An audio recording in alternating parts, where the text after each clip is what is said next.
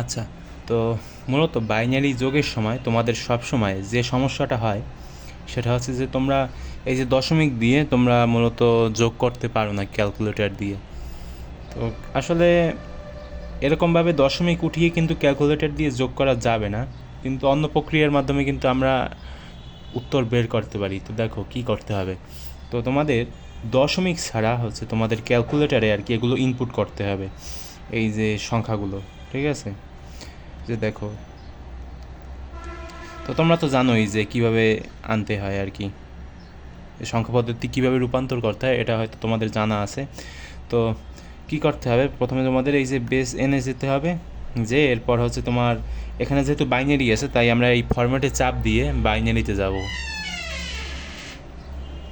তো বাইনারিতে যাওয়ার পরে আমরা যদি এখন এই যে অঙ্কগুলো আমরা যদি এখন উঠাই, তো দেখো 1, এরপর হচ্ছে তোমার 0 0 1 1 0, ঠিক আছে?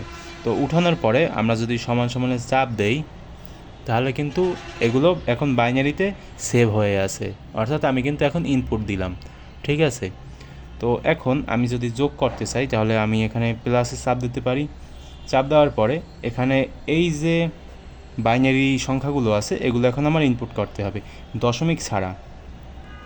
তো দেখো আমি ইনপুট করলাম এগুলো 101 111। তো ইনপুট করার পরে এখন দেখো এটা হচ্ছে আমার উত্তর, অর্থাৎ আমি যদি এখানে লিখি 01010101, তো এখন এখানে আমি দশমিক কিভাবে দেব?